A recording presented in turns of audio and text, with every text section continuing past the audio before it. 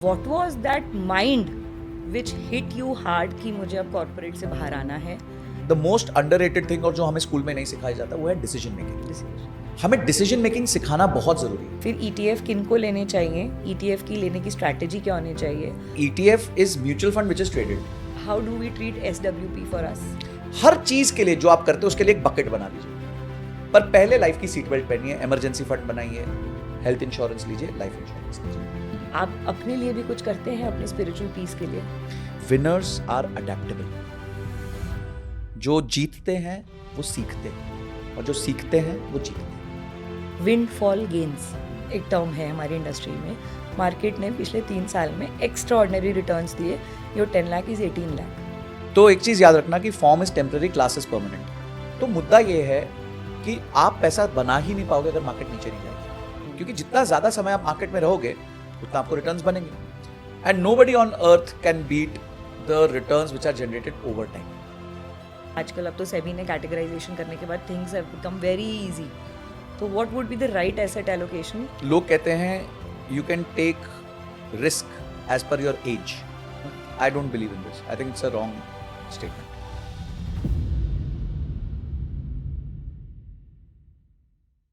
Hi, welcome to the podcast by Garima. आप लोगों को आज मैं एक ऐसा किरदार बताने वाली हूँ जिस किरदार के बारे में सुन के आप लोगों को एक अच्छा मज़ा आने वाला है. महाभारत में बहुत ऐसे किरदार थे जो फेमस हुए. एक पर्टिकुलर कैरेक्टर जो मुझे बहुत छू के गया था वो था संजय जी का किरदार. उन्होंने धृतराष्ट्र जी को पूरी महाभारत का जो युद्ध हो रहा था उसका दृश्य और जो वर्णन किया था, तो ऐसा महसूस हो रहा था कि धृतराष्ट्र जी खुद युद्ध में प्रेजेंट थे. ये उन्हें जो दिव्य दृष्टि प्राप्त हुई थी वेद व्यास जी के थ्रू, जो उनके गुरु रहे हैं, उनके थ्रू हुई थी. आज के ज़माने की अगर मैं बात करूं तो आज हमारे पास एक ऐसे दिव्य दृष्टि रखने वाले संजय जी हमारे बीच में प्रेजेंट हैं जो आने वाले टाइम को फोरसाइटेडनेस से फील कर रहे हैं और आप सब लोगों को एक इतना स्ट्रॉन्ग फाइनेंशियल लिटरेसी के ऊपर कंटेंट डिलीवर कर रहे हैं, इतने अच्छे मैसेजेस दे रहे हैं, इतना सिंप्लीफाई कर रहे हैं फाइनेंस को. अगर आप उनकी उस दिव्य दृष्टि को यूज़ करके अपने पर्सनल फाइनेंस को सिंपल कर लोगे और उनके दिए हुए टिप्स को अपनी लाइफ में इनकॉर्पोरेट कर लोगे तो शायद फाइनेंशियल फ्रीडम इतनी मुश्किल होगी नहीं. Let's meet the man himself who needs no introduction because he's truly inspiring in the industry of finance today.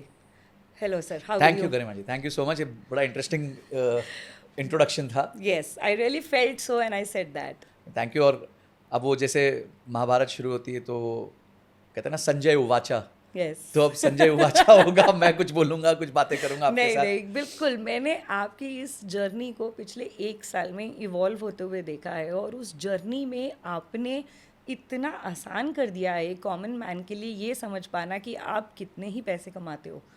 पैसे कमाना तो इम्पोर्टेंट है ही, लेकिन असली में उस पैसे को निभाते कैसे हो वो आपकी लाइफ की सक्सेस स्टोरी को बनाता है.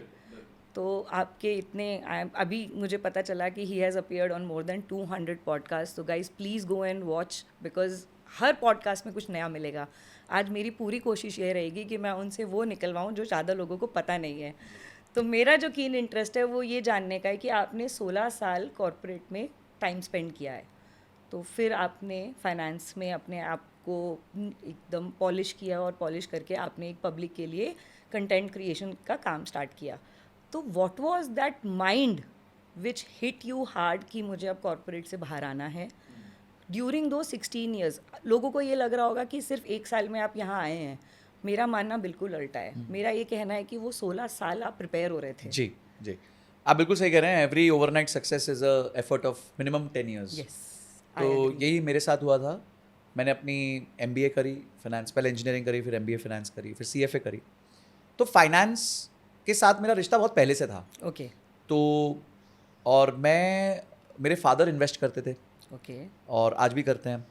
तो वो एक माहौल था घर पे फाइनेंस का, You had investment that environment. Yes. तो आप जब मैं 22 का हुआ तब मेरे फादर ने मेरा PPF अकाउंट खुलवा दिया था. ओके मैं आज भी देखता हूँ मेरे फ्रेंड्स जिनकी उम्र 35 38 है, उनके PPF अकाउंट्स नहीं है. ओह, और मेरा पीपीएफ अकाउंट मैच्योर हो चुका है, वो दूसरे रिन्यूअल पे चल रहा है। Second time, हाँ, okay, मतलब yes. 15 + 5 होता है, Yes, I get it. तो वो 15 भी हो चुका है और अब शायद 5 भी अगले साल तक खत्म हो जाएगा। तो ये एक बहुत अच्छी चीज मेरे को लगता है मेरे फादर ने कराई, जिसकी वजह से फोर्स्ड सेविंग हो So you were connected to it.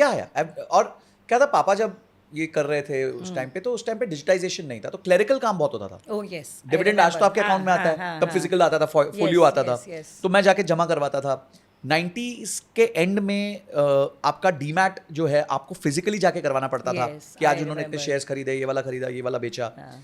तो ये सब हमने किया है उस टाइम। सो क्योंकि हमने ये सब किया तो ऑब्वियसली जो है थोड़ा बहुत इंक्विजिटिवनेस बिल्ड होती है जब आप कोई भी एक्टिविटी तो करते यू हो। वर associated with the financial industry, PPF Yes. के लिए काम करना है, Yes. डीमैट के लिए काम करना है, Yes. तो मैनुअल करते करते वो हुआ, तो इंक्लिनेशन आया। बिल्कुल आया। और उसके बाद क्या हुआ, जैसे मैं एमबीए फाइनेंस में घुसा, तो अब क्या होता है जब आप फाइनेंस में होते हो, तो फाइनेंस जो आजू बाजू बच्चे होते हैं वो भी फाइनेंस में होते हैं, तो उसमें कुछ लोगों को इन्वेस्टमेंट का वो था, चस्का था। अच्छा, मैंने कोई जॉब नहीं किया था एमबीए से पहले, Okay. पर कुछ मेरे पीयर्स थे जिन्होंने 3-3, 4-4 साल इंडस्ट्री में जॉब किया हुआ था, So they were तो वो उनको पता था। innate seniors to you. हाँ, और 2006 में ही मैंने इन्वेस्टिंग भी चालू कर दी, मेरा डीमैट खुल गया था, Amazing. और एक मोतीलाल ओसवाल के सब ब्रोकर थे, उनके साथ खुला हुआ था। Okay. तो वो बड़े अच्छे दोस्त थे पापा के, तो उनके पास मैं जाता रहता था, उनके ऑफिस घर के पास ही था। सो इस तरीके से एक था इक्वेशन, Wonderful. इक्वेशन। एंड जैसे ही फिर चालू किया फाइनेंस में पढ़ना, तो बहुत सारी चीज़ें सीखी, इन्वेस्ट करना चालू किया और ये सब समझा। 2008 में जनवरी में मैंने जॉब स्टार्ट किया, Okay. और जैसे जॉब स्टार्ट किया तो एक वो जो बैंक अकाउंट ओपन करते तो वो आगे बेचने की, आप म्यूचुअल फंड में पैसा डालिए एसआईपी के माध्यम से। SIP करी। तो मतलब ये एसआईपी क्या होती है, तो उन्होंने समझाया, तो बोला अरे ये तो हार्मोनिक मीन है। Oh, तो wonderful. जो कॉन्सेप्ट होता है रुपी हाँ, एवरेजिंग हाँ, का, हाँ. तो मैं स्टेटिस्टिक्स मेरे को आता था, तो मैंने बोला अरे ये तो हार्मोनिक मीन है, मेरे को एसआईपी वर्ड नहीं पता था। मतलब यार ये तो इंटरेस्टिंग कॉन्सेप्ट है, चलो डालते हैं पैसा। तो मैंने डाला, धीरे धीरे धीरे पैसा डाला। मैंने जब डाला उसके बाद निफ्टी 63% करेक्ट हुआ। Correct. हाँ, 2008 जनवरी में डाला Yes, था, yes, और I 2008 know. में सबको पता है क्या हुआ था। Yes, I know. तो निफ्टी गॉट डाउन बाय 63%, पर मेरी एसआईपी बंद नहीं हुई। इन 5 years जितना पैसा मैंने डाला था उसका ऑलमोस्ट डबल हो गया। Oh, amazing.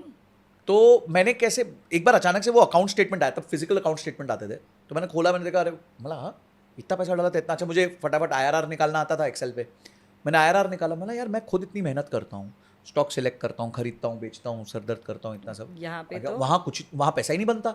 यहाँ मैंने कुछ भी नहीं किया, यहाँ पैसे बन गए। करेक्टेड मार्केट थी ना, नहीं, इन्वेस्टेड था। And you were invested. I was invested and I was investing even at the bottoms, मतलब गिरते जा रहा था तो मैं डाले जा रहा था। एवरेजिंग हो रही थी हर मंथ, रुपी एवरेजिंग हो रही थी। यस। तो मैंने देखा, मतलब यार अब यही करेंगे जीवन में। तो जब मैंने 2013 के बाद फिर मैंने अग्रेसिवली एसआईपी करना चालू करा। Okay, so you at that time you were earning a decent salary. हाँ, मेरी सैलरी अच्छी थी, मेरा कॉन्सेप्ट बहुत क्लियर था, मुझे बहुत तेज सैलरी ग्रोथ चाहिए थी। अच्छा, मैं बहुत रिलेंटलेस था, मैंने जॉब्स भी बहुत जल्दी स्विच किए, अच्छा। और मुझे था कि जैसे 30% 40% जॉब अप आउट। यही I want to know, because a lot of people who follow you they have learned it hard from you कि सेव करें, बट सेव करने के लिए ग्रोथ जो चाहिए देखिए, इन save योर आप कितना कर करियर सकते which you have attend it. Yes, मेरी सैलरी 6 times in 6 years हुई थी। जहाँ से स्टार्ट किया था वो 6 साल में 6 गुना हो गया। वो कैसे हुआ? क्योंकि स्किल्स पे मेहनत करी, अपॉर्चुनिटीज को अवेल किया, इवेंट्स पे गया, कोर्सेज किए, ये सब करता रहा। Kind of profiles you have worked with? मैं तो I started my career as an executive assistant okay, to the managing director. Okay, तो ये कॉर्पोरेट स्ट्रैटेजी का रोल होता है, जिसमें हम कंपनी के एनुअल ऑपरेटिंग प्लान्स बनाते हैं, कंपनी के इंफॉर्मेशन मेमोरेंडम्स बनाते हैं, उसके बाद एक्सटर्नल इन्वेस्टर्स को मैं जाके पिच करता था कंपनी के बारे में। मैं रियल एस्टेट में था, अच्छा, तो हम वहाँ पे ज़मीन अक्वायर करते थे। तो हाँ। ज़मीन हमारी 700-800 करोड़ की बॉम्बे में महंगी ज़मीन होती है, तो उसके लिए फंडिंग रेज करना, तो ये वाले काम में था। और मैं सीधा ओनर के साथ काम करता था। ओके, तो क्योंकि मैं ओनर के साथ काम करता था, एक तो मेरी विजिबिलिटी बहुत स्ट्रांग थी, यस, एक मेरी लर्निंग बहुत स्ट्रांग थी। Because you working with the people who are experienced decision makers. Decision देखिए, जो डिसीजन मैं आपको बताता हूँ, द मोस्ट अंडररेटेड थिंग और जो हमें स्कूल में नहीं सिखाया जाता वो है डिसीजन मेकिंग। डिसीजन हमें डिसीजन मेकिंग सिखाना बहुत ज़रूरी है। और वो क्योंकि मैं फटाक से, मतलब आप कहेंगे कि जॉब में स्टार्ट ही मैंने ओनर के साथ किया, तो मुझे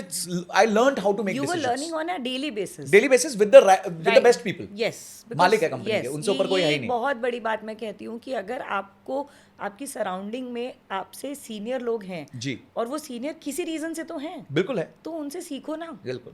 देखिए, सीखा आप किसी से भी सकते हो, मतलब हाँ, जूनियर से भी सीख सीख सकते सकते हो। हो, पर सीखने के लिए माइंड ओपन होना चाहिए। Yes. और सीखनी हर चीज़ नहीं होती, सीखनी वो चीज़ होती है जो आपके गोल को कंट्रीब्यूट करे।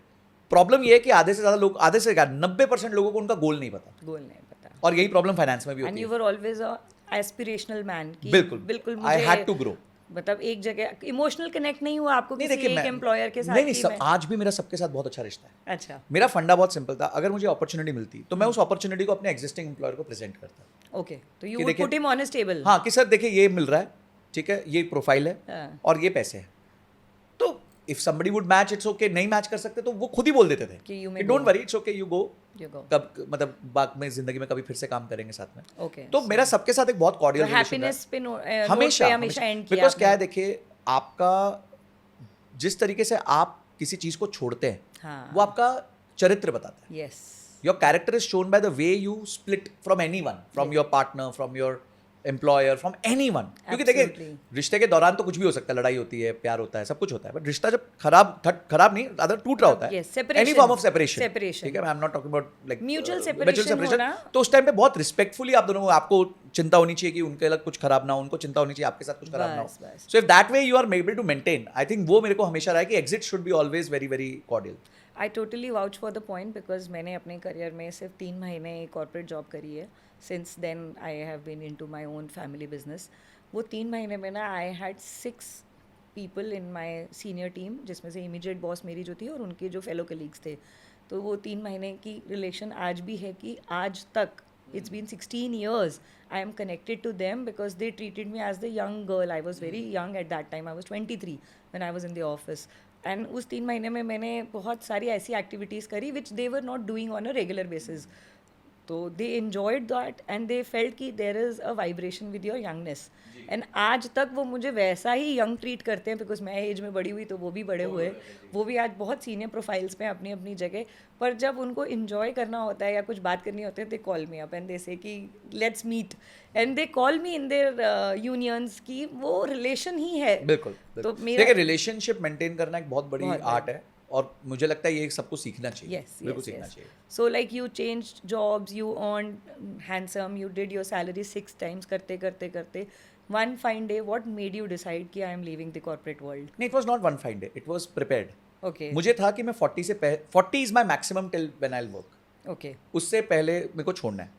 और एक मौका मुझे मिला था when I was I would say I was 34-35 years old when I got a chance to exit. पर मेरे पास उस टाइम एक ऐसी इंटरेस्टिंग अपॉर्चुनिटी आई तो आई सेड कि I will avail this to leave it later because मुझे पता था इससे मैं कुछ अच्छा सीख जाऊंगा। So you continued working. हाँ, I continued working and at that I learned, that is where I learned about content, that is where I learned about consulting, okay. that's where I learned about small and medium enterprises and मैंने करीबन 10 से 15 हज़ार small and medium enterprises को coach किया है।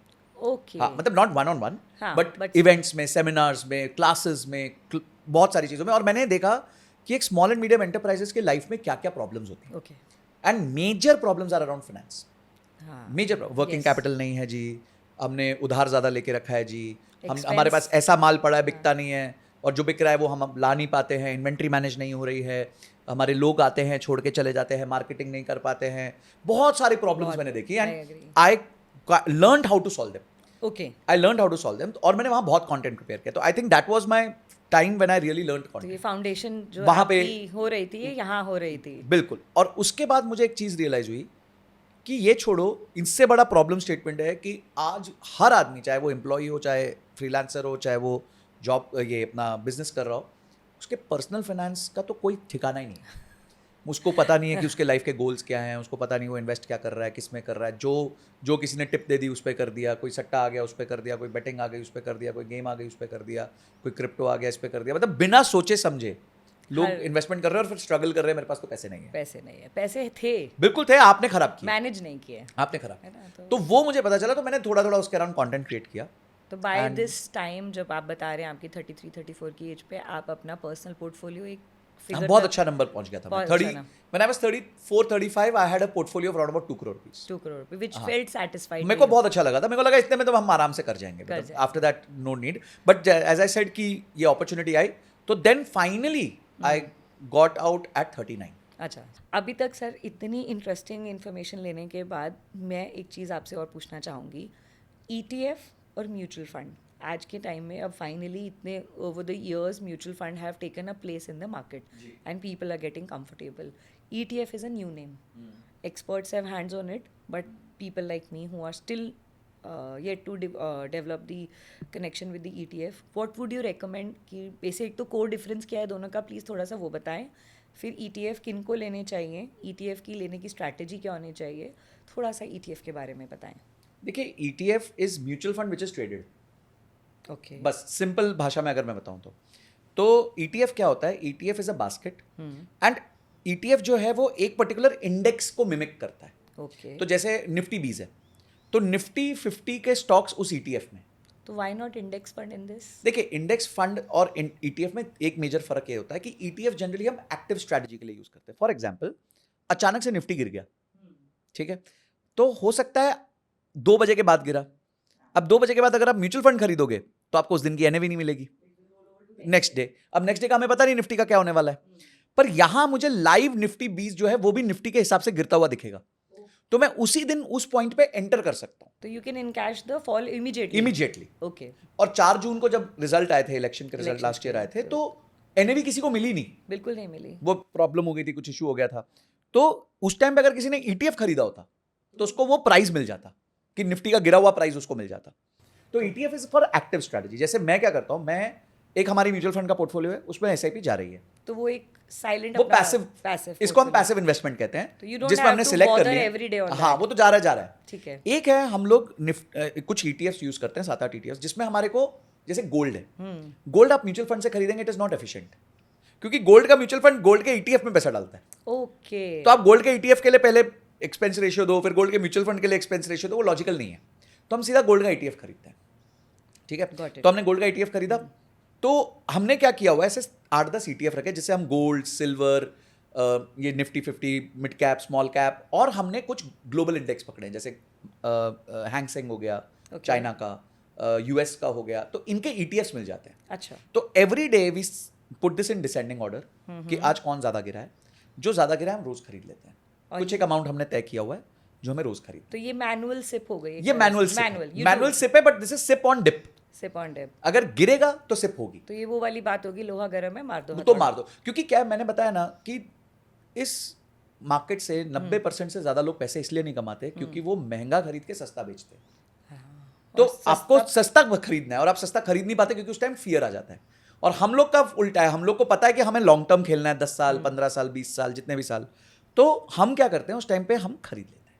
अब मैं mutual fund से नहीं खरीद पाता, तो मैं जो है ETFs के माध्यम से खरीदता हूँ. लोग स्टॉक्स खरीदते हैं, स्टॉक्स में मुझे रिस्क ये लगता है कि आप कंपनी के बारे में जानते नहीं हो, आपने स्टडी नहीं किया है, आपकी कैपेबिलिटी नहीं है, आपको ये नहीं पता कब एग्जिट लेना है. तो इसलिए ये सब हेडेक छोड़ो, ETF लो. ETF बास्केट है, बास्केट कभी जीरो नहीं होता. ओके.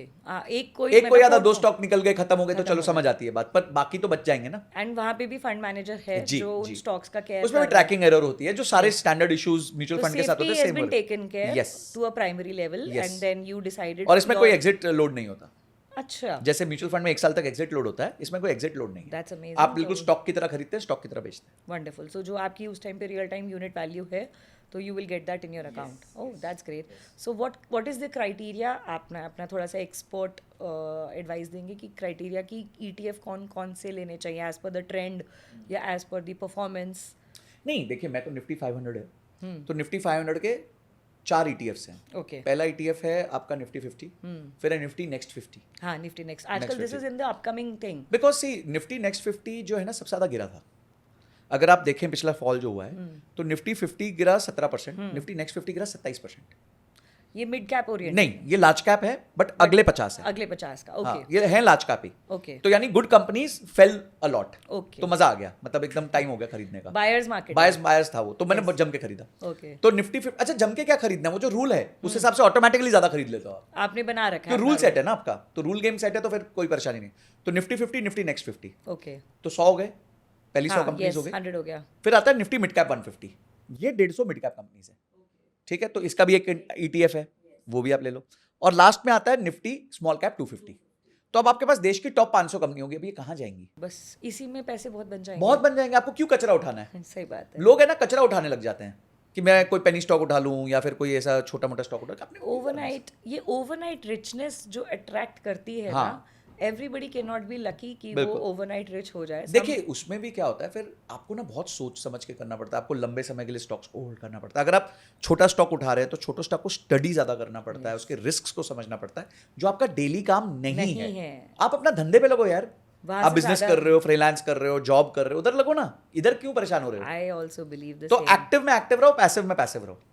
सिंपल रूल है. And you तो this have is been what- preaching this कि passive income बहुत जरूरी है लाइफ में. पैसिव इनकम जरूरी है, पर पैसिव इनकम आराम से बिल्ड होगी. आपके बच्चे को 20 साल पढ़ाओगे, उसके बाद वो जॉब लगेगा. उसी तरह आप 20 साल इन्वेस्टमेंट करोगे, उसके बाद वो आपको पैसिव पैसिव इनकम देगा. बिल्कुल. तो ये इस तरीके से आपको सोचना चाहिए. वंडरफुल. आई थिंक क्लासिक है कि आपने अपनी इन्वेस्टमेंट को अपने बच्चे के साथ कंपेयर कर लिया. आप अपने बच्चे को पढ़ा रहे हो 20 साल पढ़ाने के बाद वो एक वेल प्लेस्ड इंस्टीट्यूट में है, जॉब करेंगे, बिजनेस स्टार्ट करेंगे, बट आपने उन्हें नर्चर किया.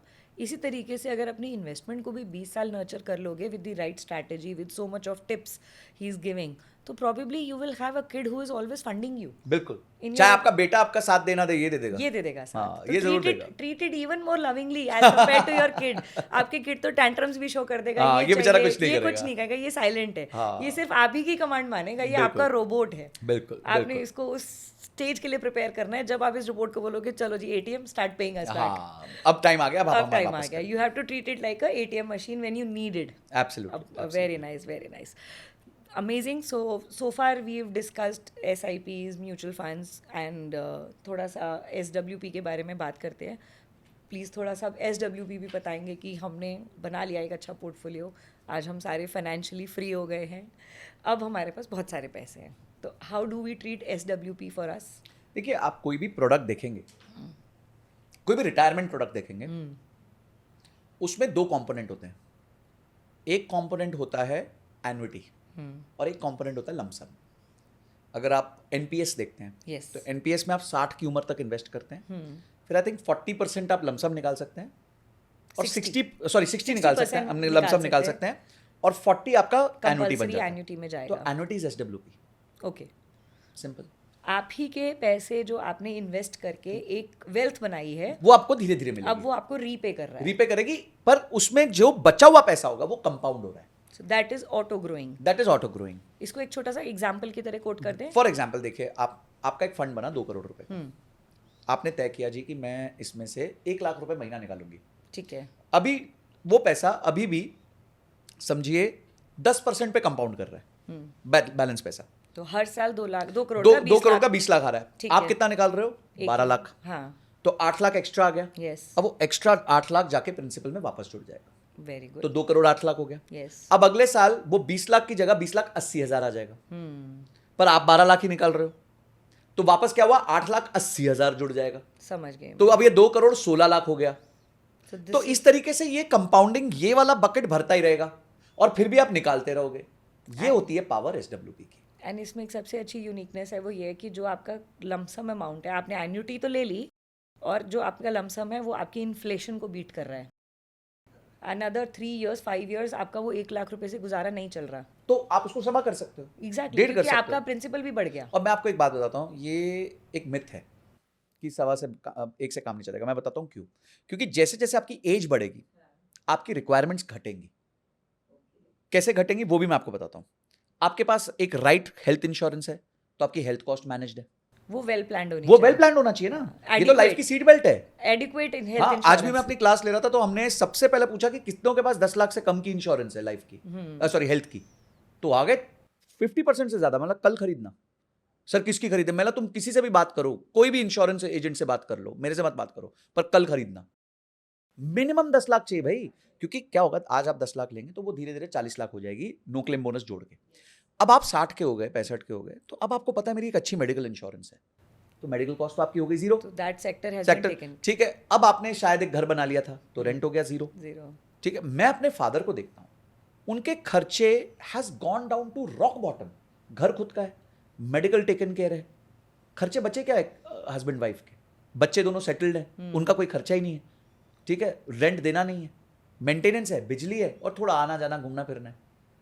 तो बस पैसे इनफ है. पैसे बहुत हो जाते हैं. तो- फिर वो सोचते हैं यार अच्छा इतनी मगजमारी इसके लिए कर रहे थे. वो तो कहते हैं मेरा 50,000 में काम हो जाता है, 40,000 में काम हो जाता है. हाँ, तो सही बात पॉइंट क्या है कि आप है ना बहुत ओवरवेलम हो रहे हैं कि इन्फ्लेशन ये वो होगी. जरूर कैप्चर कीजिए, पर बहुत ओवरवेल मत होइए, बिकॉज जब आपको उस पैसे की जरूरत पड़ेगी उस टाइम तक आपके बहुत सारी needs, wants, responsibilities, goals complete हो चुके होंगे, तो आप बेयर मिनिमम पे चल रहे होंगे। ऐसा तो है नहीं कि 70 की उम्र में जाके रोज डिस्क में डांस कर रहे हैं आप, वो तो पॉसिबल नहीं, वो शायद आप कर सकते हैं 20-25 की उम्र में। उसके लिए भी आप अपने पैसे बनाइए, जोड़िए। आपको हर साल ट्रैवल करना है, उसके लिए भी पैसे जोड़िए। हर चीज के लिए जो आप करते हैं उसके लिए एक बकेट बना लीजिए, पर पहले लाइफ की सीट बेल्ट पहनिए, इमरजेंसी फंड बनाइए, हेल्थ इंश्योरेंस लीजिए, लाइफ इंश्योरेंस लीजिए। ये इससे क्या आपको मानसिक तौर पे आपको एक सेफ्टी फील होगी कि यार अब मैं ग्रो कर सकता हूं, मैंने मेरा बैक साइड प्रोटेक्टेड है। कॉन्टिजेंसी हैज ऑलरेडी बीन अगर मैं कहता हूं किसी को कोविड में मैंने नोटिस किया लोग की जॉब गई, मेरे एक फ्रेंड किसी कंपनी में थे, बड़ी रियल एस्टेट कंपनी में थे, अच्छी सैलरी पे थे, एक अनाउंसमेंट आता है कि किसी की भी तनख्वाह अगर 1 लाख से ज्यादा है तो उसकी तनख्वाह कल से 1 लाख है।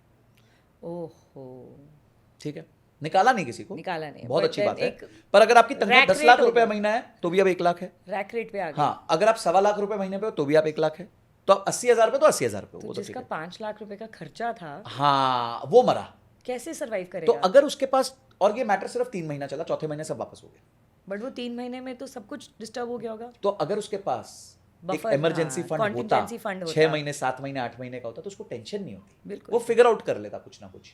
That's a thumb rule as a advisor I believe in the industry we tell to everyone कि जब आप अपनी फाइनेंशियल प्लानिंग स्टार्ट करते हो तो नेक्स्ट 6 मंथ्स का जो खर्चा है ना, please always keep it as liquid, either in bank FDs, either in liquid arbitrage funds, where in आप एक क्लिक से उसको विड्रॉ कर सकते हो, क्योंकि ऐसी इमरजेंसी कब आएगी किसी को नहीं पता किसी भाई। को नहीं पता। That could be out of, आपने सबैटिकल लिया है कभी, चलो सबैटिकल को तो फिर भी प्लान्ड हो गया, प्लान्ड हो गया, कोविड कोविड वाज अनप्लान्ड। हाँ, एकदम एक्सट्रीम जॉब्स सिचुएशन बहुत है। अनसिक्योर्ड है आज के टाइम में, किसी की जॉब जा सकती है, तो बिल्कुल। क्या आप अगले 3 महीने अपने बच्चों की फीस नहीं दोगे? बिल्कुल। क्या 3 महीने घर का राशन नहीं लोगे? 6 महीने अगर आप कर लोगे ना, तो 6 महीने में आप फिगर आउट कर लेते हो कि मैं कोई नई स्किल सीख लेता हूँ, Yes, या मैं evolve नया, कर हाँ, जाओगे। 6 महीना बहुत होता है, बहुत होता है, 6 बहुत होता महीने है। तो इसलिए 6 महीना मिनिमम, 12 महीना आइडियल आइडियल इज 12 मंथ्स। उतना कॉन्टिजेंसी फंड आपके पास हमेशा इमरजेंसी आपके फंड पास होना चाहिए। चाहिए। Apart from that you should have insurances of good Equal. Requisite amount in terms of health and in terms of life.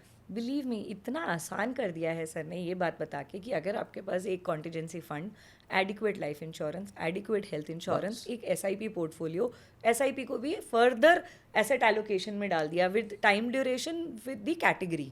अगर आप इतनी 5 चीज़ें लाइफ में डिसिप्लिन वे में करते रहोगे, आप 99% जनता से आगे चले जाओगे, that 1% of the population which is top 1% satisfied, में आ जाओगे। तो it is not difficult I believe. बिल्कुल, बहुत ईजी है है ना? बहुत ईजी है, बस एक डिसिप्लिन चाहिए। बस डिसिप्लिन चाहिए। अमेजिंग। तो ये तो सर फाइनेंस की बात हो गई, लेकिन आपने जैसे बताया आपके फादर के बारे में, वहाँ से मुझे एक चीज़ थॉट क्लिक करी कि क्योंकि एक एज होती है, if I talk about me 15 years before, my choices of activity on daily basis were different. I wanted two by this, I wanted two by that. अब शायद मैं वो एक्साइटमेंट से शॉपिंग भी नहीं कर पाती हूँ, एक कंप्लेसेंट माइंडसेट आ गया, एक कामनेस आ ठहराव आ गया, गया। और ऐसे ही आपके फादर में भी आया होगा। तो आपका ना एक ट्रैवल रूटीन है जो हम देखते हैं, आप कभी कहीं होते हैं कभी कहीं होते हैं, and you meet people at higher positions, तो आप उनसे पर्सनल लेवल पे बात भी करते होंगे, उनसे डिस्कस भी करते होंगे। आप उनसे बात करके क्या ऐसा कुछ जान पाए हैं कि it's only the mindset which makes them at this position, या उनके लाइफ में कुछ स्पिरिचुअल एटीट्यूड भी है, कोई बिलीव्स हैं? आपका इस साइड पे क्या एक लाइट है जो थ्रो करेंगे? क्योंकि जब आप 40s में आ जाते हो ना, you are in a hustle, and उस हसल को बैलेंस करने के लिए यू नीड कामनेस, और कामनेस ना खुद ही ला पाते हो, किसी के कहने से नहीं आती है। आप अपने लिए भी कुछ करते हैं अपनी स्पिरिचुअल पीस के लिए? देखिए, मैं पहले क्वेश्चन को आंसर करता हूँ, वो था कि 90% ऑफ सक्सेसफुल पीपल जिनसे मैं मिला हूँ वो नहीं कर रहे जो उन्होंने सीखा था। ठीक है, यानी कि अगर स्कूल में कुछ सीखा, कॉलेज में कुछ सीखा, तो 90% लोग वो सेम काम नहीं कर रहे हैं। What does this show you? This shows you that winners are adaptable. जो जीतते हैं वो सीखते हैं, और जो सीखते हैं वो जीतते हैं। अगर आप नहीं सीख सकते, अगर आप अडेप्ट नहीं कर सकते, तो आप नहीं जीत सकते। मैं डॉक्टर वेल्लुमनी से मिला। डॉक्टर वेल्लुमनी का थायराइड से कोई लेना देना नहीं था दूर दूर तक, और उन्होंने थायरो केयर बना दी। मैं अभी हम बालकृष्ण राठौर सर की बात कर रहे थे, सेंचुरी फाइनेंशियल, वो तो दुबई में हमाल बन के गए थे, चाय सर्व करते थे ऑन द ट्रेडिंग डेस्क, और वहाँ से आज यूएई की one of the biggest financial services company चलाते हैं, चेयरमैन है कंपनी के, मालिक हैं। So if you look at successful people, they learn very fast. And वो किसी से भी सीखते हैं. उनको समझ आता है यार ये बंदे से मुझसे छोटा है, उससे सीख सकता हूँ, सीख लेते हैं. कोई बड़ा है ऑब्वियसली उससे सीख लेते हैं.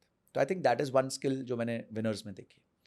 अब सेकंड, सीखना जब आपको छोटों से पड़ता है, बड़ों से, सीखना अपने आप में अपने ईगो किलिंग होती है. ओह, वेरी वेरी टफ है ना, जो सबसे मुश्किल है.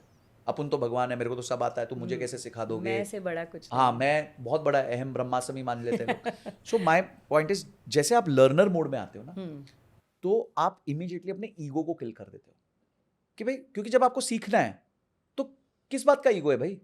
आपका ईगो को तो आप सीख ही नहीं सकते. तो ego killing is the most important thing in life. आपको कभी भी लग रहा है आपको लाइफ में ईगो आ रहा है, तो आस्क फॉर फॉरगिवनेस. जिसको भी आप फॉलो करते हैं, जिस भगवान को फॉलो करते हो, उससे बोलो कि मुझसे गलती हो रही है, मुझे बस माफ करो और मेरे से ईगो से बचाओ. तो ये एक ही चीज है जिससे अगर आप बच गए तो आप बाकी सारे इक्वेशन से बच जाओगे. आप एंगर से बच जाओगे. Anger is a function of ego. Yes, absolutely. ठीक है, unhappiness is a function of ego. हर चीज का अंडरलाइंग चीज ईगो है. ईगो है. उसके बाद सारे नेगेटिव इमोशंस हैं उसके ऊपर. But I believe a lot of people don't even realise कि ये उनका ईगो है जो उनसे आगे आ गया है. यस, और इसलिए वो आगे नहीं जा पा रहे. यस, लर्नर्स आप देखो, मजा आ जाता है उनसे बात करके कि वो पूरा टाइम कितने भी बड़े हों, but they will always be listening to you. They will always talk and you know very focused बात करते हैं. तो ये कैसे आता है? ये इतना ध्यान आपके माइंड में तब आता है जब अपने ईगो को किल करते हो. अब ध्यान कैसे ला सकते हो? Obviously you can read scriptures, you can talk to gurus. आप अच्छे देखिए, गेम सारा ये है कि आप किन के साथ घूमते हैं और किन को सुनते हैं. अगर आप अच्छे लोगों के साथ रहेंगे तो आप अच्छे बन जाएंगे. अगर आप नेगेटिव लोगों के साथ रहेंगे आप नेगेटिव बन जाएंगे. अगर आप अच्छे लोगों को सुनेंगे, सत्संग क्यों कहा जाता था कि अच्छे लोगों का संग होना चाहिए. ठीक है, गुरु की वाणी क्यों सुनते थे हम? इतने लोग क्यों बैठ के गुरु को सुनते हैं? क्योंकि वो चाहते हैं यार कोई एक बात, वो कोई ऐसी यूनिक बात नहीं कर रहे होते, वो स्टैंडर्ड बात कर रहे होते, पर वो आपको हर बार माइंड को रीइंफोर्स करना पड़ता है कि नहीं, ये चीज़ गलत है, ये चीज़ सही है, ये चीज़ गलत है, ये चीज़ सही है. तो one should keep doing it frequently, every day. एक बार कर लिया दैट डजंट मीन कि वो आपके लिए लाइफ लॉन्ग प्रेजेंस नहीं देके जाएगा. हम भगवत गीता पढ़ते हैं, हर बार पढ़ते हैं, हमें लगता है कुछ और नया मिल गया. बिल्कुल सही बात है. अच्छा, इसका ये भी मतलब हो सकता है बिकॉज आपके लाइफ एक्सपीरियंसेस इवॉल्व करते हैं. आप उस दृष्टि से अब वो श्लोक को पढ़ रहे होते हो, आप उसका इन्फ्रेंस उस तरीके से निकाल रहे होते हो. Some shloka which was maybe not relevant to me at the age of 20 is very relevant to me at the age of 40. तो ये जो कंसिस्टेंट नॉलेज गैदरिंग है, कंसिस्टेंट रीडिंग है, कंसिस्टेंट लिसनिंग है लोगों को, आई थिंक ये आपको बहुत पावरफुल बनाती है. तो what do you do for your, मतलब देखिए, मैं तो Bhagavad Gita is my go to book. अच्छा, यू रीड इट? या एब्सोल्युटली. देखिए, ऐसा नहीं कहूंगा मैं रोज बैठ के सारे श्लोक पढ़ता हूं. कभी 3 पढ़ लिया, कभी 4 पढ़ लिया. मैंने एक छोटी बुक रखी हुई है. ओके. तो मुझे जब भी मैं भी बिविल्डर्ड फील करता हूँ, मेरे को भी थोड़ा इक्वेशंस, इमोशंस ऊपर नीचे होते हैं. मैंने एक मंक से बात करी, गौर गोपाल प्रभु से. बोला, प्रभु आप लोग का दिमाग इधर उधर नहीं भागता क्या मेडिटेशन के टाइम पे? हमारा बहुत भाग जाता है. ऐसे चालू करते 3 सेकंड के अंदर तो हम कहाँ पहुंच चुके होते हैं. तो उन्होंने बड़ी अच्छी बात बोली. बोले देखो, मंक का मतलब ये नहीं कि हमारा दिमाग नहीं भागता. मंक का मतलब ये है कि हमारा दिमाग भागता है, हम उसको पकड़ के ले आते हैं. कंट्रोल, पकड़ के ले आते हैं. यस. बोलते भागता है हमारा भी फट अचानक से मन कहीं चला जाएगा, कोई एक्टिविटी पे, कोई चीज पे. है तो दिमाग ही भाई, ह्यूमन ही तो है वो भी. बट उन्होंने कंट्रोल सीखा है. जैसे आज आप और मैं भी फाइनेंशियली हम लोग भी सेम ही है, हमारी भी चॉइसेस है, हमें भी मजे करने हैं, हमें भी पैसे उड़ाने हैं, हमें भी खाना पीना है, सब कुछ करना है. पर हमने कंट्रोल किया हुआ है, कुछ चीजों को कैलकुलेटर कंट्रोल किया. तो इसी तरह मंक्स ने अपने माइंड को कंट्रोल किया हुआ है, वो वापस ले आते हैं फटाफट दिमाग से. अब वो जो कर रहे हैं, अगर मेरे को भी वही आउटपुट चाहिए तो मुझे वही करना पड़ेगा जो वो इनपुट दे रहे हैं. If I want their output, अगर मुझे ऋतिक रोशन जैसी बॉडी चाहिए तो उसकी तरह मेहनत भी तो करनी पड़ेगी ना, जिम जाना पड़ेगा. अब आलू पूड़ी खा के तो अपन ऋतिक रोशन नहीं बन सकते. तो सेम तरीके से जो मंक्स की एक्टिविटी हैं, जो वो ध्यान लगाते हैं, टाइम देते हैं, बुक्स पढ़ते हैं, स्क्रिप्चर्स पढ़ते हैं, स्क्रिप्चर्स को सुनते हैं, समझते हैं, तो हमको भी वही करना पड़ेगा. वो लार्ज स्केल पे कर रहे हैं, हम एटलीस्ट छोटे स्केल पे तो करें. बिल्कुल, एटलीस्ट कुछ तो इम्पोर्टेंट, कुछ तो दिन में फील करें इस चीज को. यस. तो अपने माइंड को तो सही चीज. आप बॉडी के लिए इतना सोचते हो कि हम ये खाएंगे वो खाएंगे, दिमाग को क्या खिला रहे हो आप? Reels. Yes. And mindless scrolling. हाँ, इसको रॉट, वो क्या कहते हैं ना, ब्रेन रॉट. आजकल ऑक्सफोर्ड ने एक नया टर्म डाल दिया है, brain rot. And genuinely 2 hours 3 hours कब निकल जाते हैं पता ही नहीं चलता. You get so hook to it. And I personally feel, and youngsters जिनके पास आज पोटेंशियल है, इंडिया को एक यूथ कंट्री बोला जाता है, but I see around in my office सब बैठे हैं, सब यही कर रहे हैं मैं देखती हूँ ट्रिंग ट्रिंग ट्रिंग बजता रहता है तो आई स्टिल फील कि एक ट्रेडिशनल मेथड वो स्टिल गुड कि आप ट्रैवल कर रहे हो जिनकी जैसे आपकी भी ट्रैवलिंग प्रोफाइल है बुक हमेशा हाथ में होती थी Yes. लोगों के they use to read while you are reading you are hook to the book yes, but you are not looking here and there and focus develop होता है फोकस डेवलप होता है सर, बट फोकस खत्म हो गया। अभी क्या है जो गैजेट्स आ गए हैं ना गैजेट्स में अभी क्या है डाउनलोड करने का ऑप्शन आ गया है आप सब नेटफ्लिक्स वगैरह पे अपनी फेवरेट सीरीज डाउनलोड कर लेते हैं लॉन्ग फ्लाइट है तो पूरी सीरीज ही देख लेते हैं। और जबकि ये होता है कि नेक्स्ट डे मीटिंग है मेरे साथ हुआ है ऐसा कि मेरे कलीग के साथ नेक्स्ट डे हम लोग की मीटिंग थी we had a long flight पूरे 5 घंटे वो बैठ के अपना सीरीज देखते रहे और जब नेक्स्ट डे मीटिंग की बारी आई तो मैं ऐसे ऐसे करके I am trying to wake him up is like yes yes presence तो थी ना तो you did not calculate yes, कि आपको किस समय क्या करना चाहिए था तो फिर I had to tell him कि दिस वाज नॉट एक्सेप्टेबल तो he said okay I take care of it from the next time तो I am sure that must have effective him क्योंकि हम लोग के लिए वो बिजनेस लॉस हुआ आपकी प्रेजेंस नहीं थी and we had to pull it out the way he had to do the core part I had to take care of the people तो वी लॉस्ट इट तो जाना आना बेकार हो गया ना एंड जस्ट बिकॉज कि आपने एक सीरीज पकड़ ली थी और वो सीरीज पूरी देख के गए। तो ये इम्पैक्ट है हमारी लाइफ में yes and people are not realising it and you realise it when the time is gone तो आप अपॉर्चुनिटी कॉस्ट तो पे करोगे ही। ट्रू, बिल्कुल सही कह रहे हैं। नहीं आई अग्री टू इट। तो आपने जब ये बताया कि जो आपकी लास्ट जॉब थी जहाँ से आपने इन सब चीज़ों को SMEs को बहुत एक्सपीरियंस किया, प्रॉब्लम्स को एक्सपीरियंस किया, उनके सोल्यूशंस को एक्सपीरियंस किया and then you found out the right way, content creation में आए। चलो ये तो एक मैं कहती हूँ ब्लेसिंग इन डिस्गाइज वाला एक बात हो गई, लेकिन वैसे आपने ओरिजिनली क्या सोचा था कि 40 के बाद आप क्या करते? Teaching. I always wanted to be a teacher. Okay, right from the age of 22 I wanted to be a teacher. Any particular topic? कोई मैथ्स, मैं पहले मैथ्स में अच्छा था, तो अभी भी मतलब मैथ्स अच्छा था तो मैथ्स में करना चाहता था।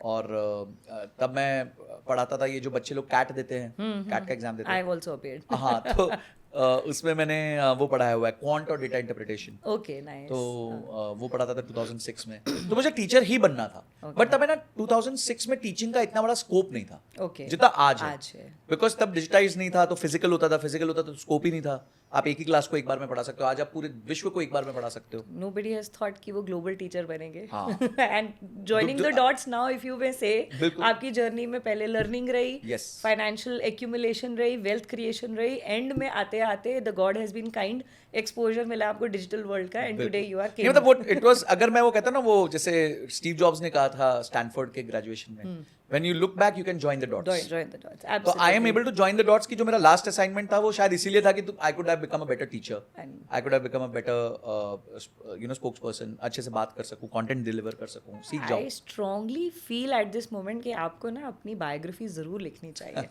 Because what I feel, what I am getting the vibrations from you is that कि everything is planned and put together, is creating a background of a success story. हाँ, मतलब वो सक्सेस तो मैं नहीं, मतलब that would be a little overkill for me right now, but मुझे ऐसा लगता है कि मेरे हिसाब से सक्सेस ये थी कि मैं नौकरी छोड़ दूं, मेरे हिसाब से सक्सेस ये थी कि मैं लोगों को पढ़ा सकूं, मेरे हिसाब से सक्सेस ये थी कि एक ठीक ठाक अच्छी जिंदगी बिना पैसों के चिंता के जी सकूं।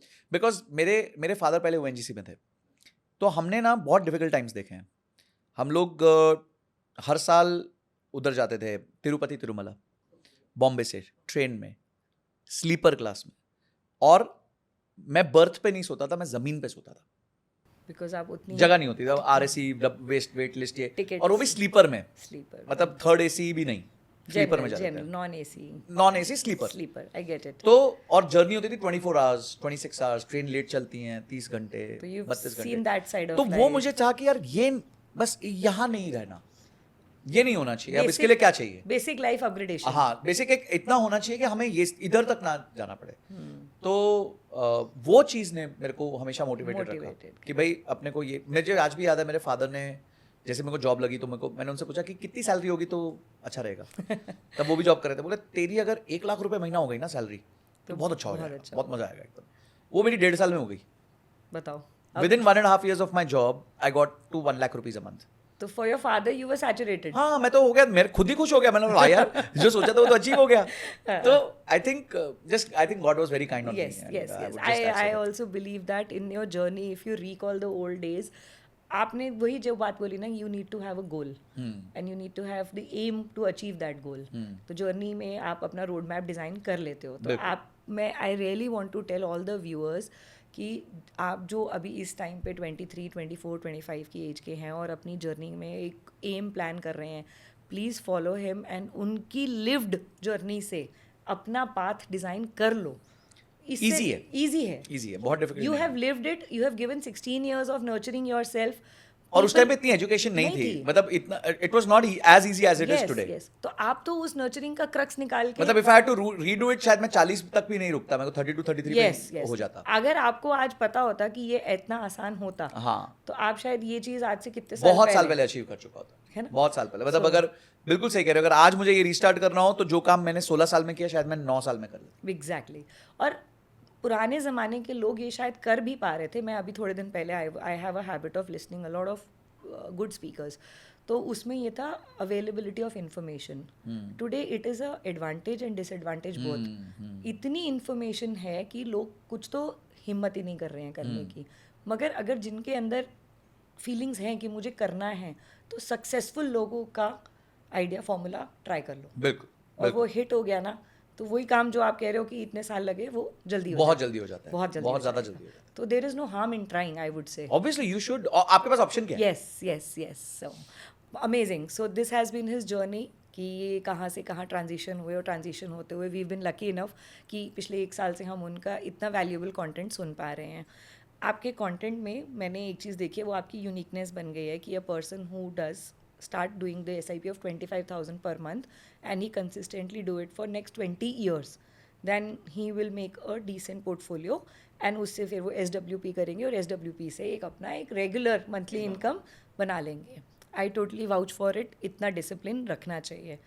अब मैं आती हूँ अपनी बारे में बात करते हुए. मैं पिछले 16 साल से SIP कर रही हूँ as per my capacity. But उस 16 साल में ना मेरी लाइफ में इतने सारे अप एंड डाउन्स आए हैं. उन अप एंड डाउन्स में I have been sometimes forced, sometimes attracted to withdraw the funds. तो बहुत बार ऐसा भी हुआ है कि we move to a next leap of life, घर लिया, we move to next leap of life, daughter हुई. ऐसे करते करते वो पैसे फिर से नीचे चले जाते हैं, फिर से हम रीस्टार्ट करते हैं. तो ये तो हो गया कि जो नेसेसिटी थी. But being in the advisory side, I have faced issues with the clients. इसका जवाब सर आपका मुझे ज़रूर चाहिए, point of view. For example, you've been investing for 3-4 years and you've invested 10 lakh rupees. Windfall gains एक term है हमारी industry में. मार्केट ने पिछले 3 साल में एक्स्ट्राऑर्डिनरी रिटर्न्स दिए. Your 10 lakh is 18 lakh and you have a app. आप फ़ोन में रोज़ खोल खोल के देखते हो. अचानक से 18 लाख का एक दिन देख रहे हो 17, एक दिन देख रहे हो 16.5, एक दिन देख रहे हो 15. है तो अभी भी आपका CAGR XIRR अबाउ 15. मगर आपने 18 से 15 होते देख लिया. वो टाइम ऐसा टाइम होता है कि क्लाइंट ना पैनिक करने लगता है. तो हम जो उन्हें लॉन्ग टर्म विजन देते हैं वो अपने विजन से डिविएट हो जाता है. What would you recommend at this stage to people की डिसिप्लिन, क्योंकि टारगेट तो था 20 साल का, तो ये डाउनफॉल आया, ये करेक्शंस आई, उस समय क्या स्ट्रैटेजी फॉलो करनी चाहिए कि ऐसे चैलेंजेस से आप गो थ्रू कर जाओ. दीज अलग नहीं, वो जो वाइल डूइंग राफ्टिंग बीच बीच में ऐसे बहुत सारे इश्यूज आते हैं ना, तो वो कैसे क्रॉस करे उस फेजेस को? देखिए, अगर किसी को इंटरनेशनल लेवल का क्रिकेट प्लेयर बनना है, ठीक है, तो उसको पता है कि मुझे फॉर एग्जांपल पहले स्कूल में जाना है, फिर कॉलेज लेवल पे खेलना है, university, Ranji, IPL, and then I may get into the top 11 of the country. अब उस बीच में वो हारेगा भी, वो जीतेगा भी, हर मैच वो सेम नहीं रहेगा, कई बार सिलेक्टर ड्रॉप भी करेंगे उसको. And this has happened to the best of the people including Sachin Tendulkar of the world. तो एक चीज़ याद रखना कि form is temporary, class is permanent. ठीक है, I would like you to repeat. हाँ, तो form is temporary but class is permanent. Class is permanent. अगर हम मार्केट्स को देखें तो मार्केट्स की क्लास इज परमानेंट, यानी हम कहते हैं ना इंसान और बाजार दोनों ऊपर जाते हैं. हाँ, तो वो जाएंगे ही जाएंगे. बट फॉर्म कभी कभी खराब हो जाता है. जैसे सितंबर 2024 से लेके मार्च 2025 तक फॉर्म खराब रहा. बिल्कुल ठीक है, पर आज आप देखें तो वापस मार्केट्स ने रिबाउंड करके ठीक ठाक लेवल पे आ गई है. मतलब it is not very far away from its top again. तो मुद्दा ये है कि आप पैसा बना ही नहीं पाओगे अगर मार्केट नीचे नहीं जाएगी. तो आप ये सोचिए कि आप पहले दिन आपने क्या विजन रखा था इस पैसे को लेके. मैं 20,000 रुपये डालूंगा, वो 11-12% से कंपाउंड होंगे और मैं 20 साल के लिए डालूंगा. अब आप देखिए 20,000 डाल रहे हो, डन.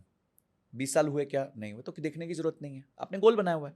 11-12%, अभी 18 चल रहा है, 18 का 15 हो जाए, 15 का 14 हो जाए, क्या फर्क पड़ता है, आपके 11-12 से ऊपर चल रहा है, ठीक है। और तीसरी बात, आपको XIRR 7 साल तक तो देखना ही नहीं चाहिए, 7 ईयर्स तक आपको XIRR नहीं देखना चाहिए, क्योंकि 7 ईयर्स के बाद वो चर्न्स निकलते हुए सब कुछ करते हुए एक रीजनेबल रेंज देना चालू कर देता है आपको। आपने 3 साल पैसा डाला, अभी 3 साल में आपका IRR चल रहा होगा 30%, 35%, 40%, वेट अगर 1 साल मार्केट ऊपर नीचे होगी 12 पे आ जाएगा, ठीक है। तो हमने देखा हुआ है ये सब। मैंने जो फंड डाला था 2016 अक्टूबर से, ओके, 3.5 साल में 0% रिटर्न थे, जीरो।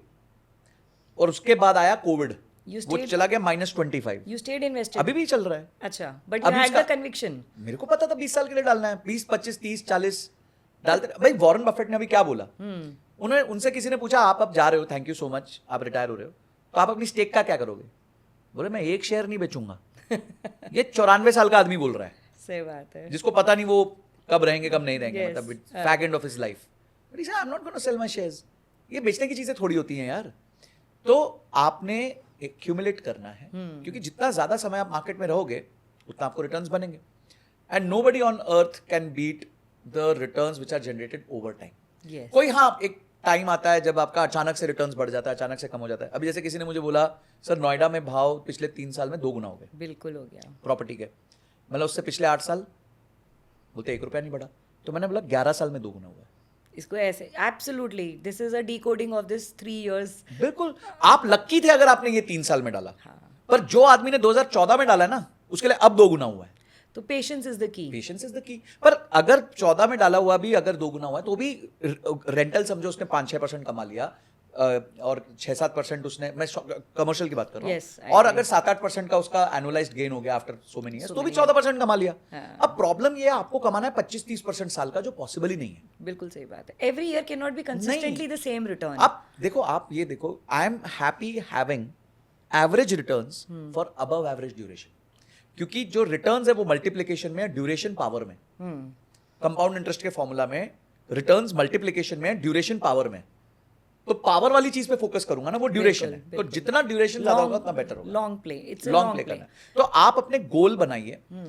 देखिए, पहला करिए क्या, फिर करिए कब, ठीक है। सॉरी, पहले करिए क्यों, फिर करिए कब, और फिर करिए क्या। सही बात। मतलब first why are you investing, why do you want 2 crore rupees, क्यों चाहिए आपको? हो सकता है आपका काम 50 लाख में हो रहा हो, तो क्यों 2 करोड़ चाहिए, ठीक है। पहला हो गया वाई, देन हो गया कि कब, When 10 do साल you बाद, need that 5 साल money? बाद, Yes, 20 साल बाद, yes. 25 साल बाद कब चाहिए। और तीसरा आपका आता है फिर एसेट एलोकेशन आती है कि क्या मैं किस चीज में पैसा डालूं। Okay. तो इस स्ट्रक्चर को फॉलो करना So चाहिए। that is actually में called as a goal planning. Goal planning, जिसमें yes. you need to know कि आपका जो इन्वेस्टमेंट आप हर महीने कर रहे हो, नॉट नेसेसरी कि पूरा का पूरा 25,000 रुपये आप पूरे 20 साल के लिए डाल रहे हो। Yes. उसमें से 5,000 अगले 5 एक साल के लिए डाल होगा, रहे हैं, हाँ। 10,000 अगले 10 साल के लिए होगा, और एक 10,000 पूरे 20 साल चलेगा। बिल्कुल। तो that is called right asset Goal allocation, planning, गोल हाँ, प्लानिंग, goal गोल planning. प्लानिंग। सो इसी से डिराइव करते हुए एसेट एलोकेशन के बारे में थोड़ा सा सर बताएं कि for example let's talk about this common man who is doing a 25,000 का SIP, 5,000 for 5 years, 10,000 for 10 years and अगला 10,000 फॉर नेक्स्ट 10 years। इसको एसेट एलोकेशन में अगर हम स्प्रेड करें तो what would you recommend the category? आजकल अब तो सेबी ने कैटेगराइजेशन करने के बाद things have become very easy. तो what would be the right asset allocation for that? Because a 25-year-old person would need funds every now and then. He is evolving in his family. He is evolving as a मतलब from nuclear to married to parent. फिर parent होते के साथ ही बहुत सारे lifestyle cost बढ़ जाती है। तो पैसे तो बीच बीच में चाहिए होते हैं। देखिए, मेरा, लोग कहते हैं you can take risk as per your age. I don't believe in this. I think it's a wrong statement. You can take risk as per the duration of your goal. आपका गोल कितना लंबा है उस हिसाब से आप risk ले सकते हो। मैं इसका उदाहरण देता हूँ। हाँ। एक 20 साल का लड़का है, उसको 25 साल की उम्र में गाड़ी खरीदनी है, ठीक है। 20 लाख की गाड़ी खरीदनी है, उसके लिए 10 लाख डाउन पेमेंट करनी है। तो उसको अगले 5 साल में 10 लाख इकट्ठा करना है। और एक 40 साल का व्यक्ति है जिसको 65 साल में रिटायर करना है। ओके, 25 years है उनके पास। कौन ज्यादा रिस्क ले सकता है? 40 साल वाला। क्यों? क्योंकि उसके पास 25 साल का साल है। इन्वेस्टमेंट होराइजन है। तो इसमें तो एज का कोई लेना देना ही नहीं है बिल्कुल ठीक है कि 20 वाला कम रिस्क ले पाएगा क्योंकि उसका ड्यूरेशन 5 साल 5 साल है। वेयर एज 40 साल वाला बड़ा रिस्क ले पाएगा क्योंकि उसका इस पर्टिकुलर गोल का ड्यूरेशन 25 साल है। तो 40 साल वाले को हम थोड़ा सा हाई रिस्क की बिल्कुल देना पोर्टफोलियो चाहिए। दे सकते हैं। आप उसको स्मॉल कैप दे सकते हो, मिड कैप दे सकते हो, फ्लेक्सी कैप दे सकते हो, आप उसको फैक्टर इंडेक्स दे सकते हो, मोमेंटम, क्या कहते हैं, अल्फा। तो वो ले सकता है रिस्क, क्योंकि अचानक से ड्रॉ डाउन हुआ 5-10% का, तो उसको फर्क नहीं पड़ेगा कि ठीक है यार 25 साल अभी तो बहुत लंबा गेम बचा है। जब मुझे क्यों परेशानी नहीं हुई जब वो फंड 25% नीचे गया, क्योंकि that was only 4th year of my investment. तो मतलब अभी तो 16 साल बचे हैं भाई। तो आज वो फंड का IRR 21.5% है। Because you stuck to it in the most bottom phase. बिल्कुल, और तब अक्यूमुलेट हुआ। यस। ठीक है, अब आप सोचिए, मैं आपको एक मजेदार मैथ बताता हूं। वो यूनिट स्टार्ट हुआ था 50 रुपए पर यूनिट में। Today it went up to 225 rupees per unit. Okay. ठीक है, अभी वो 225 था, फिर मार्केट गिरी तो 175 हो गया। It is back to round about 200 again. Okay. ठीक है, मेरी average buying over last 8 years 30,000 का SIP था, should be less तो than 100. 77 rupees. 7 I got it. 77 का I know. आज 77 का कितना हो गया? 200 हो गया। 200. अब समझते हैं अगले 8 साल अगर सेम चीज रिपीट हो गई, हाँ. तो ये 200 का 800 हो जाएगा। माई NAV will be 800 rupees. Exponential growth. Exponential growth है। और ये 77 कितना होगा? 150, 150, 200। 200 बिल्कुल ठीक बात है। And I would have 600 rupee profit per unit and I am accumulating units. तो मेरा तो सिंपल काम है, इकट्ठे करते रहो। और एंड में अगर पैसा देखना है तो नंबर ऑफ यूनिट्स जितने ज्यादा होंगे ना तो ही तो बस पैसा बनेगा। जब आपके यूनिट ज्यादा होंगे तो ही तो आपके पास ग्रोथ ज्यादा होगा। I have a personal crisis on this matter कि मेरे क्लाइंट्स को समझाते समझाते I really fail at times कि जब डाउनफॉल होता है तो please increase your hmm investment. तो बहुत मैसिवली इंक्रीज करते हैं, क्योंकि आप अल्टीमेटली अगर रिटेल शॉपिंग करने जाते हो, कुछ भी खरीदने जाते हो, आज अगर ये न्यूज़ फैल जाए ना डायमंड्स आर चीपर, हर घर में लेडीज डायमंड्स सही कह खरीदेंगे। रहे हैं। अगर ये पता चल जाए गाड़ियाँ सस्ती हो रही है, हर घर के जो बॉयज़ हैं, मैन हैं, वो गाड़ियाँ खरीदने लगेंगे। पर जब ये कहा जाता है कि इक्विटी सस्ती है, घर के लोग क्यों नहीं खरीदते equity? It's a challenge we face yes, because no doubt. India में if you talk about consumer based finance products का बढ़ रहा है, मगर उसके साथ साथ अगर ये अवेयरनेस भी बढ़ने लग जाए तो ग्लोबली अभी हम 4th रैंक पे तो पहुंच गए हैं with a lot of GDP and other developments. अगर हमारा रिटेल इन्वेस्टर अगर इस माइंडसेट को पकड़ लेना कि जब सेल लगी है तब खरीद लो, तो देखिए ये वो नहीं कर पाएंगे। उसका इशू ये है क्योंकि उनको जल्दी पैसा बनाना है। जिसको जल्दी पैसा बनाना है वो ये बिहेवियर नहीं समझ ही नहीं पाएगा। बिकॉज अभी जैसे मैं आपको बताता हूँ 7th April 2025 markets crashed, yes, massively crashed. अब उस दिन मैंने उधार लेके शॉपिंग करी है, मतलब स्टॉक्स की ETF की। मैं स्टॉक्स नहीं खरीदता, हाँ, okay, ETFs खरीदता ETF हूँ। तो मैंने जम के, अब आप बोलोगे सर उधार ले लिया, उधार ऐसा था मेरे पास OD पड़ी हुई थी, मेरे म्यूचुअल फंड्स के अगेंस्ट की OD थी। और मुझे पता है मेरा पैसा 10-15 दिन में कहीं से आने वाला था। ओके, सो ठीक यू है? New the cycle. मेरे को पता था, और मेरे रूल के हिसाब से जो इन्वेस्टमेंट बन रही थी कि मेरा एक रूल है कि इतना गिरेगा तो इतना डालूंगा, वो इन्वेस्टमेंट मेरे सेविंग्स अकाउंट में नहीं पड़ी थी। ओके, तो मैंने ड्रॉ डाउन किया, मुझे पता था लिक्विडिटी नहीं थी, मैंने फटाफट ड्रॉ डाउन किया, 10-15 दिन में पैसा आया, कुछ छोटा सा ब्याज दिया और मैटर खत्म हो गया। ओके, आज वो जो इन्वेस्टमेंट की थी दैट इज अप बाय 11%। और वो विद इन आपका how many days? 1.5 months। And that has surpassed your interest which you वो तो पेड बहुत ही छोटा था, वो तो 11% ईयर का था। ईयर का था। हाँ, तो 10 या 11% अगर ईयर ये का था। कोई मैथमेटिक कैलकुलेशन पेपर पे कर ले और इस प्रोपोजिशन को समझ ले तो हमें पिछले पर 1.5 गरिमा जी साल, उस दिन ये गारंटी नहीं थी कि मार्केट और नीचे नहीं गिर सकती थी। हाँ, गिर सकती थी, गिर सकते थे। पर स्कोप कम था। ऐसा नहीं था कि अब अचानक से 20% और गिर जाएगी। But you new the sentiments. हाँ, कि मुझे पता था यार कि अब वो प्राइस टू अर्निंग सही हो रही है, इससे ज्यादा 5% और गिर जाएगी, तो मैं जो पैसा डाल रहा हूं मैं 5% का रिस्क ले रहा हूं वर्सेस अनलिमिटेड अपसाइड। तो लोग इस तरीके से नहीं देखते। लोग चाहते हैं मैं जब खरीदूं उसके बाद नीचे ना जाए। ये नहीं पॉसिबल है। ये सैलरी नहीं है भाई कि हर महीने आएगी।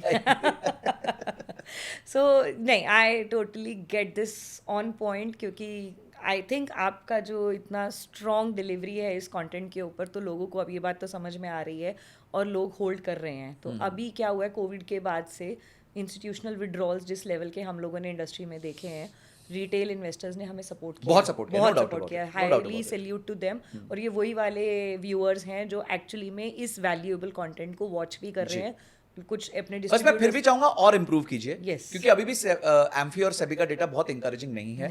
एवरेज SIP 1.5 साल की है। हाँ. Only 11% people are sticking after 5 years, which is not a good Which news. is not a good news. And let me tell you, in a 20-year SIP, 70% of the gains will come in the last 7 years. तो आपकी compounding kick in, इसलिए मैंने क्या कहा, 7 साल तक तो XIRR check भी मत देखना करो, ही नहीं है। वो फ्रॉड है XIRR। अगर वो नेगेटिव है तो भी खराब है, गलत आपको इंडिकेशन है, अगर वो बहुत ऊपर है तो भी गलत है। 7 साल बाद देखो क्या हुआ, बिल्कुल। तब पहली बार देखो अच्छा XIRR कितना है, चलो अब देखते हैं। So this makes me understand again one more thing, इतनी इन्फॉर्मेशन मिल रही है। अब एक और प्रॉब्लम जो मैं, क्योंकि मैं आपकी हर बात को ना अपनी रियल प्रैक्टिकल लाइफ के साथ डील कर पा रही हूँ, people have started contacting me on that note कि गरिमा हमारे पोर्टफोलियो को ना व्यू करो। हमने कर दिया व्यू, हमने उन्हें बता दिया कि सिप्स अच्छी हैं, सब कुछ अच्छा चल रहा है। एवरी 3 मंथ्स दे वांट कि अब इसमें कोई एक्टिविटी करो। क्यों करें भाई, ज़रूरत नहीं है एक्टिविटी करने की, क्योंकि आपने जब प्लानिंग की थी, हमने 5 साल की विंडो ली थी। अब 5 साल में आप हर 3 महीने में अगर अपने पोर्टफोलियो को चेंज करने की एक्सपेक्टेशन रखोगे, हम कहाँ से ऐसे फंड्स ला के दें जो आपको तो इससे जो मेरे को समझ में आता है कि एज अ कॉमन पर्सन उन्हें क्या पास्ट रिटर्न देख के एक फ़ंड को सिलेक्ट करना चाहिए, क्या XIRR को देखना चाहिए, क्या CAGR को देखना चाहिए, फंड्स लेने कैसे चाहिए for a common man portfolio, क्योंकि यू प्रीच अ लॉट कि आप सेल्फ अवेयरनेस लेकर आओ और अपने पोर्टफोलियो पे काम करो। And on the other side, I am on the other side of the table, I design portfolios. तो डिज़ाइनिंग में बस ये रहता है कि we make our client so well aware कि हमने ये जो प्रोसेस स्टार्ट किया है, इसमें हम हर 6 महीने में मिलेंगे, बात करेंगे, चाय पियेंगे एक दूसरे के साथ, करना क्या है वो म्यूचुअली डिस्कस करेंगे। ऐप का एक्सेस है, पर उस ऐप पे एक्शन लेने से पहले एक बार मुझे याद ज़रूर कर लेना। तो this is how I am being saving a lot of my clients from impulsive selling and impulsive switching. This is working for my case. As a person like you who is a famous aspiring name now, आप क्या recommend करेंगे कि investor को, कि अभी क्या होता है marketing, you know how it is, her fund को मार्केट किया जा रहा है और रोज़ एक नया फंड सामने आ जाता है कि इसमें, मतलब फ्लेक्सी क्लैप में ही अगर मैं बात करूँ तो hundreds of flexi cap funds are being open for the industry. कभी किसी की रिटर्न को टारगेट कर देते हैं, कभी किसी के पोर्टफोलियो को टारगेट करके प्रमोट करते रहते हैं। क्लाइंट तो अट्रैक्ट होगा ना, तो रुके कैसे वो अपने करंट पोर्टफोलियो मैं आपको सिंपल तरीका बताता हूँ। पहले तो आपको कौन सा म्यूचुअल फंड लेना है should be attached to your goal. Goal का ड्यूरेशन लंबा है तो रिस्क ज्यादा लीजिए, कम छोटा है तो रिस्क कम लीजिए। गोल अगर 3 साल से छोटा है तो इक्विटी मत लीजिए, ठीक है, स्टे अवे। बैलेंस्ड फंड ले लीजिए, डेट फंड्स ले लीजिए, वो लीजिए। 3 साल से नीचे में आप प्लीज इक्विटी को भूल जाइए। Equity is not a good friend for you आप for the first in 3 year goals. But there are people who say कि शायद 3 साल से आगे भी चला ले, तो फिर आप नहीं, पहले शायद वायद मत करिए, क्लियर कीजिए। क्लैरिटी बहुत जरूरी है। मैं बता रहा हूँ, जितना आप शायद में रहेंगे फिर उतना ही कंफ्यूज रहेंगे। क्लियर होना चाहिए। ये 5,000 इस पर्पस के लिए, ये कैसे हमारे वो बचपन में होता था, ये माँ की आंख का ऑपरेशन के लिए, ये बहन की शादी के लिए गुल्लक होता था, तो वैसे गुल्लक होने चाहिए। गुल्लक ही है, इसमें आप डाले जा रहे हैं पैसे, वहां गुल्लक में बढ़ते नहीं थे, यहाँ बढ़ जाते हैं। तो पहली चीज ये हो गई। दूसरी चीज, जब भी आप किसी फंड को इवेलुएट करते हैं तो only compare it against 2 things. Okay, one is it's benchmark and one is it's category average. Okay, और इसको आप मल्टी टाइम फ्रेम में इवेलुएट कीजिए। 3 months, 6 months, 12 months, 3 years, 5 years and जब से इंसेप्शन हुआ है। एंड ये डेटा इजीली अवेलेबल है, बहुत बच्चों मनी कंट्रोल पे अवेलेबल है, आप जाके चेक कर लीजिए, बहुत इजीली अवेलेबल और ये सब ऑथेंटिक डेटा है, बहुत ऑथेंटिक डेटा है। अगर एक फंड ने कंटिन्यूअसली अपने बेंचमार्क को बीट किया है और कंटिन्यूअसली अपनी कैटेगरी एवरेज को बीट किया है, आप ले लीजिए और उस फंड को लेके भूल जाइए। अगर वो आदमी इतने टाइम से परफॉर्म कर रहा है, कंटिन्यूअसली परफॉर्म कर रहा है, तो कोई अल्फा है उस आदमी में, कोई फंड में। और अगर आपको कुछ नहीं समझ आता, भैया मैं नहीं इवैल्यूएट कर सकता, तो चुपचाप उठा के निफ्टी 500 खरीद लीजिए, ठीक है। देश की टॉप 500 कंपनीज हैं, 100 लार्ज कैप है, 150 मिड कैप है, 250 स्मॉल कैप है, बस वो कर लीजिए। हाँ, इसके अलावा अगर आपका लंबे समय की अवधि में है तो आप ज्यादा पैसा मिड कैप स्मॉल कैप में डाल दीजिए। अगर आप फंड्स खरीद रहे हैं, you have a 5 years plus horizon, you have a 7 years plus horizon, तो आप आराम से ज्यादा पैसा मिड कैप स्मॉल कैप में डालिए, कोई प्रॉब्लम नहीं। अगर आपका और बड़ा होराइजन है तो और उधर पैसा डाल दीजिए, ठीक है। पर इससे ज्यादा आपको करने की जरूरत नहीं है। Trust me, you will beat everyone else. So we come to the I would not call it as an end, I would call it as a learning of today's session. आज की की लर्निंग्स आप लोगों को क्या मिली, please mention in the comment section. And आप हम लोगों से और क्या सुनना चाहते हैं तो please tell us, we will come together again as part 2 of the continuity of the podcast. And अगर हम दोनों बैठेंगे ऐसे तो शायद we can talk endless on endless topics, क्योंकि कुछ तो लोग कहेंगे लोगों का काम है कहना, मैं इस बात को बहुत मानती हूँ। तो हम इसको पॉजिटिव सेंस में लेंगे कि जब बैठेंगे तो कुछ वैल्यूएबल इनपुट्स हमारे लिए भी होंगे, आपके लिए भी होंगे। Thank you so much for giving your precious time to us today. And I really feel कि ये डिस्कशन लोगों को बहुत काम आएगा, और जो मांगेंगे हम मिलके दोबारा से उनको और कुछ डिलीवर Content करते हैं, देंगे, कंटेंट definitely. देते हैं. Wish you good luck sir in Thank the you. Journey which you are doing as a noble cause. Financial literacy if I talk about is very weak in our country, and जिस स्पीड से sir ने 1 साल में जो growth attain करी है, वो ग्रोथ शायद इसीलिए उनको मिली है कि उनका फोकस क्लियर है. उन्हें सिर्फ और सिर्फ हर एक के घर तक एक ही आवाज़ पहुंचानी है, how to be financially free by the early ages. उनकी एज का टारगेट 40 था, किसी और का एज का टारगेट 35 होगा, किसी का 60 होगा, किसी का 45 होगा, but he can help you achieve that. Please follow him and please follow the content he says. Thank you so much. Thank you, Garima ji. Thank you. Thank you.